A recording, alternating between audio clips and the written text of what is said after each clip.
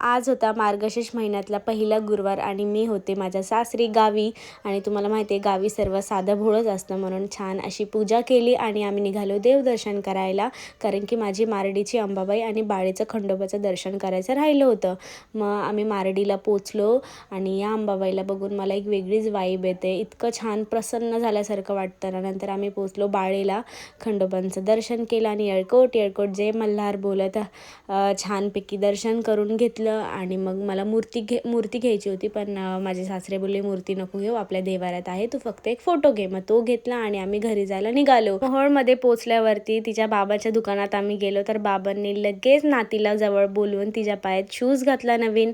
मग घरी पोचले आणि मी घेतला शिरा बनवायला, कारण की मला पोथी वाचायची होती आणि उपवास सोडायचा होता आणि आतल्या घरातली लाईटच नव्हती, म्हणून मग टॉर्च लावला, पोथी वाचून घेतली, देवीला नैवेद्य दाखवला, सर्व जेवण वगैरे करून घेतलं आणि मी बसले रात्री भांडे घासायला.